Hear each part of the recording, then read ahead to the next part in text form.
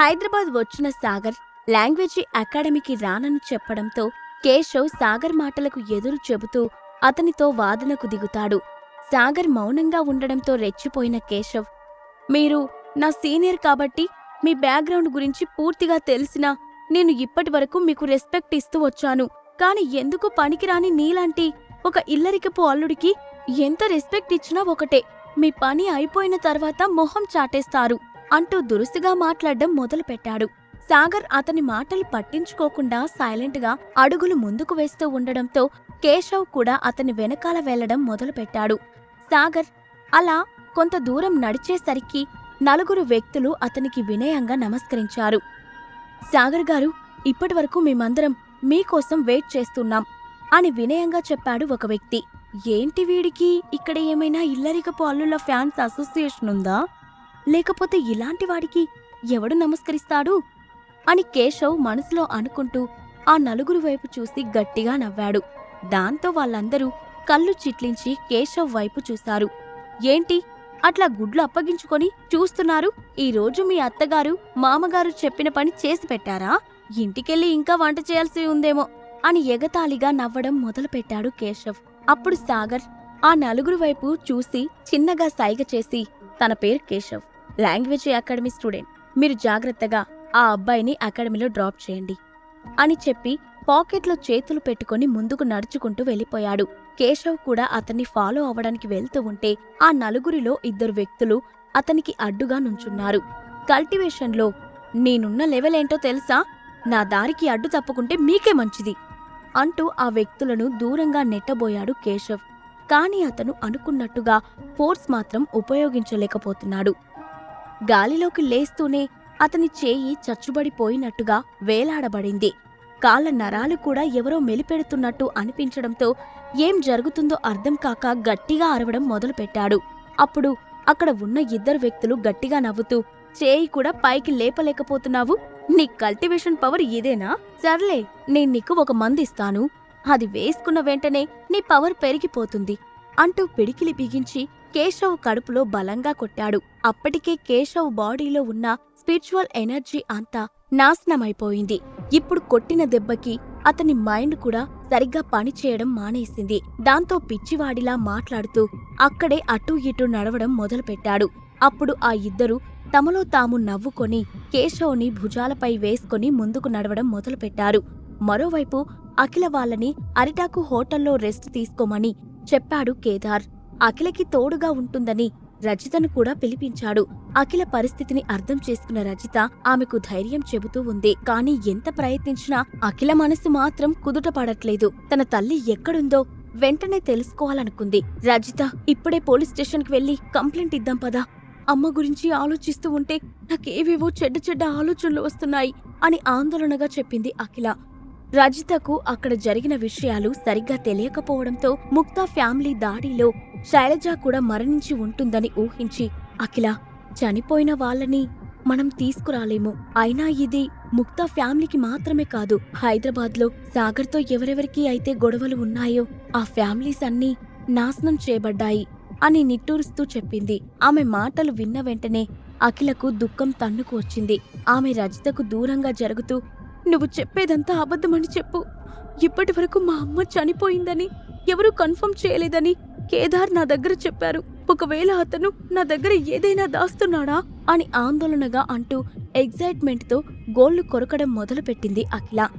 ఏంటఖిల, ఇది చిన్నపిల్లలాగా నిన్ను నువ్వు తమాయించుకో అని అఖిల భుజం తడుతూ చెప్పింది రజిత.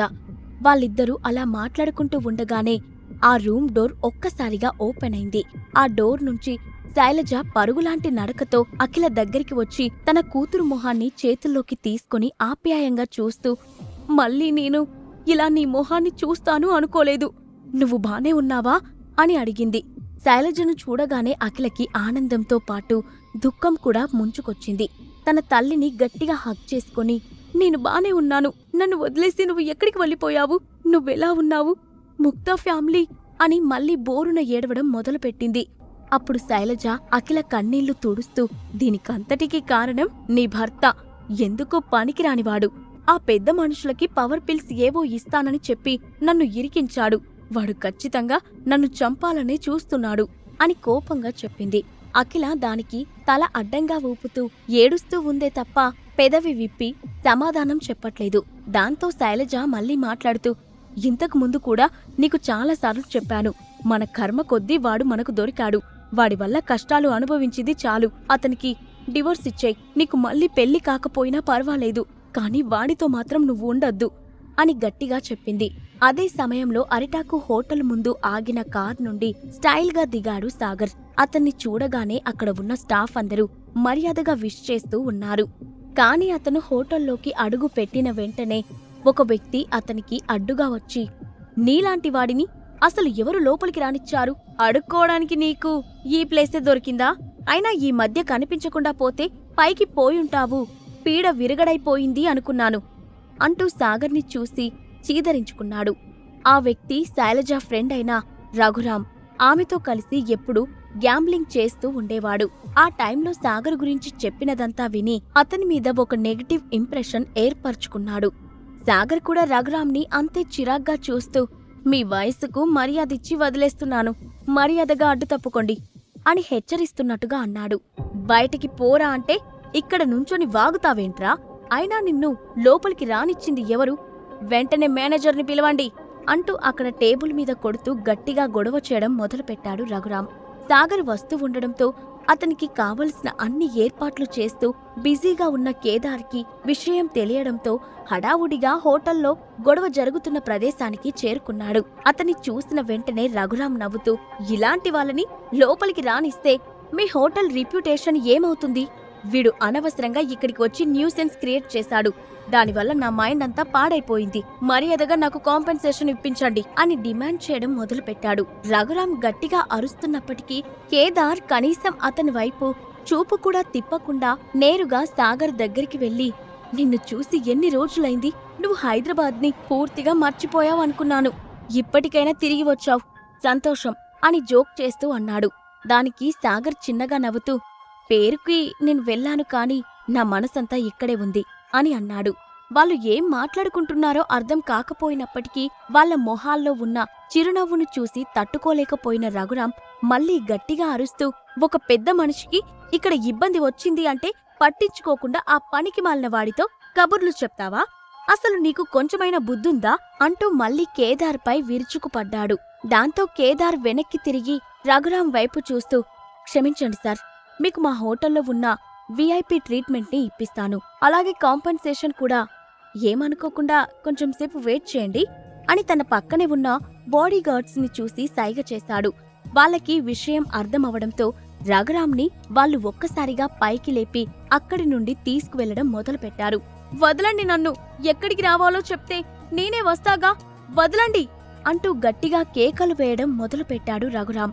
ఆ హోటల్లో అందరూ చూస్తూ ఉండగానే రఘురాంని వాళ్ళు వెనుకవైపు ఉన్న డోర్ నుండి బయటకు తీసుకువెళ్లిపోయారు. ఆ తర్వాత అతన్ని ఒక చీకటి గదిలో బంధించారు. రఘురాం అక్కడి నుండి వెళ్లిపోవడంతో ఊపిరి పీల్చుకున్న కేదార్ దిగులుగా మొహం పెట్టి, సారీ సాగర్, నిన్ను రిసీవ్ చేసుకోవడానికి నేను వద్దామనుకున్నాను. కానీ పనిలో పడి టైం చూసుకోలేదు. అనవసరంగా ఇలాంటి వాడితో డీల్ చేయాల్సి వచ్చింది అని చెప్పాడు. కాని అతని మాటలు ఏవి సాగర్ చెవికి ఎక్కడం లేదు. అతని కళ్ళు ఎవరికోసమో వెతుకుతూ ఉన్నాయి. అతని గుండె వేగం పెరిగిపోతుంది.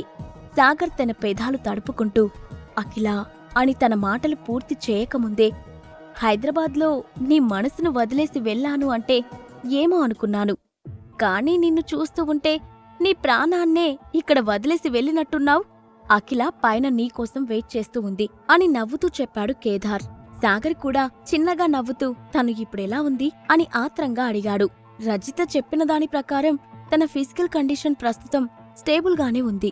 కానీ ముక్తా ఫ్యామిలీ మీద జరిగిన విషయం తెలిసినప్పటి నుండి మెంటల్లీ డిస్టర్బ్ అయింది అంటూ డిసప్పాయింటెడ్గా మొహం పెట్టాడు కేదార్. సరే, నేను వెళ్లి తనని ఒకసారి కలిసి వస్తాను అని చెప్పి సాగర్ అక్కడి నుండి వేగంగా నడవడం మొదలుపెట్టాడు. అంతలో అఖిల రూమ్ నుండి బయటకి వస్తూ రజిత అతనికి ఎదురైంది.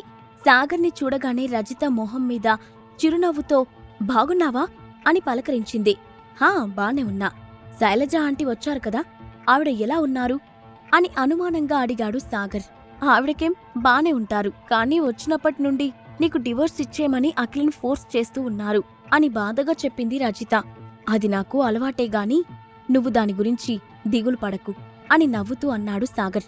రజిత మాత్రం దీర్ఘంగా నిట్టూరుస్తూ అదృష్టం కొద్దీ అక్కడ ఉన్న విధుర్ ఆవిడ మాటలు వినలేదు. లేదంటే రేపు మళ్ళీ అదేదో ఆర్గనైజేషన్ నుండి వేల కొద్ది మనుషుల్ని వెంటబెట్టుకుని వచ్చేవాడు. ఇప్పటికే నేను నీ ఫ్యాన్స్ని కాని ఇలాంటి వీరాభిమానిని చూడడం ఇదే ఫస్ట్ టైం అని గట్టిగా నవ్వేసింది. సాగర్ కూడా ఆమె మాటలకు చిన్నగా నవ్వాడు. 10 సెక్టార్ల లీడర్స్ చేతుల్లో శైలజ గట్టిగా దెబ్బతిని ఉంటుందని అతనికి తెలుసు. అందుకే ఆమె అఖిలను డివోర్స్ తీసుకోమని చెప్తూ ఉన్నా సాగర్ దాన్ని సీరియస్గా తీసుకోలేదు. అలా వాళ్ళిద్దరూ అఖిల ఉన్న రూమ్ డోర్ దగ్గరికి చేరుకోగానే లోపల నుంచి గట్టిగా శైలజ మాటలు వినపడుతూ ఉన్నాయి. అమ్మ ఎప్పుడూ నీ మంచి కోరి చెప్తుంది, నువ్వర్థం చేసుకోవడానికి ప్రయత్నించు అఖిల. ఆ సాగర్ ఎక్కడికి వెళ్ళాడో ఎప్పుడు వస్తాడో ఎవరికీ తెలీదు. నీ ఫ్రెండ్ రజితను చూడు, ఆమె మన కళ్ళ ముందు ఎదిగింది. ఇప్పుడు ఒక పెద్ద హోటల్కి మేనేజర్గా ఉంటుంది. నాకు తెలిసి చాలా మందితో తనకి మంచి పరిచయాలు ఉంటాయి అని ఏదో చెబుతూ ఉంటే, అమ్మా ఇవన్నీ ఇప్పుడు నాకెందుకు చెప్తున్నావు అంటూ గట్టిగా అరిచింది అఖిల. రజితతో నీకు ఉన్న ఫ్రెండ్షిప్ని ఉపయోగించుకొని తనకు తెలిసిన డబ్బు ఉన్న అబ్బాయిని ఎవరైనా పరిచయం చేసుకో, ఆ తర్వాత అతన్ని పెళ్లి చేసుకుందువుగాని అని చెప్పింది శైలజ. ఆ మాటలు విన్న వెంటనే బయట సాగర్ పక్కనే నుంచున్న రజిత కాళ్ళు వనకడం మొదలుపెట్టాయి. నెమ్మదిగా తల తిప్పి సాగర్ వైపు చూసింది. అతని మొహంలో ఎటువంటి ఎక్స్ప్రెషన్ లేదు, కాని పెదవులపై చిరునవ్వు మాత్రం ఉంది. దాంతో కాస్త ఊపిరి పీల్చుకొని తన నుదిటి నుండి కారుతున్న చెమటను తుడుచుకుంటూ ఉంది. మరోవైపు శైలజ మాత్రం తగ్గేదే లేదన్నట్టుగా సాగర్ని తిడుతూ అతన్ని వదిలేయమని అఖిలని బలవంతం పెడుతూ ఉంది. దాంతో విసిగిపోయిన అఖిల ఆవేశంగా పైకి లేచి, అమ్మా సాగర్కి ఏమీ లేదని నువ్వెందుకనుకుంటున్నావు? తను ఇప్పుడు స్వప్నంలో గ్రూప్ సీఈఓ అని తెలిసింది కదా, అయినా నేను తన దగ్గర ఉన్న డబ్బుని చూసి సాగర్ని ఇష్టపడటం లేదు అని చిరాగ్గా అంది. నువ్వు చాలా అమాయకురాలివి అఖిల. ఏం మాయమాటలు చెప్పి నిన్ను వాడు బుట్టలో వేసుకున్నాడో కాని నువ్వు పూర్తిగా మారిపోయావు. వాడు ఊర్లో అందరితోనూ గొడవలు పెట్టుకున్నాడు. మనకి ఎటువైపు నుంచి ప్రమాదం పొంచి వస్తుందో కూడా ఊహించడం కష్టమే. కాబట్టి నా మాట విను అని సీరియస్గా అంది శైలజ. నువ్వు ఎంతైనా చెప్పు, నేను మాత్రం సాగర్కి డివోర్స్ ఇచ్చేదే లేదు అని తెగేసి చెప్పింది అఖిల. నిన్ను ఎలా ఒప్పించాలో నాకు బాగా తెలుసు అని అనుకుంటూ శైలజ పక్కనే ఉన్న వైన్ గ్లాస్ని పగలగొట్టి తన గొంతుపై పెట్టుకుని అఖిలని బెదిరించడం మొదలుపెట్టింది. అఖిల అలాగే సాగర్ల మధ్య రిలేషన్ బానే ఉంటుందా? హైదరాబాద్లో సాగర్ మళ్ళీ ఎలాంటి సవాళ్లను ఎదుర్కోబోతున్నాడు? ఈ ప్రశ్నలకు సమాధానాలు తెలుసుకోవాలంటే నెక్స్ట్ ఎపిసోడ్ వినాల్సిందే. క్రింద ఇచ్చిన లింక్ ని క్లిక్ చేసి పాకెట్ ఎఫ్ఎం యాప్ ని ఇన్స్టాల్ చేసుకోండి. Stay tune to pocket FM.